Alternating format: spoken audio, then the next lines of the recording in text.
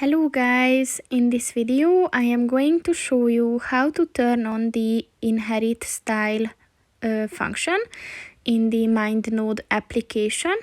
But first I just want to mention, don't forget to subscribe to my channel, because at 10,000 subscribers I am going to show you my whole YouTube revenue statistics and growth strategy, as well as how to make money online.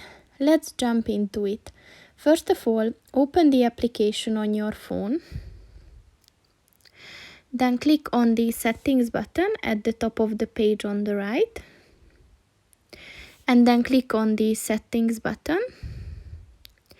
And at the node section, look for the inherit style button and just click on the white circle next to it to enable.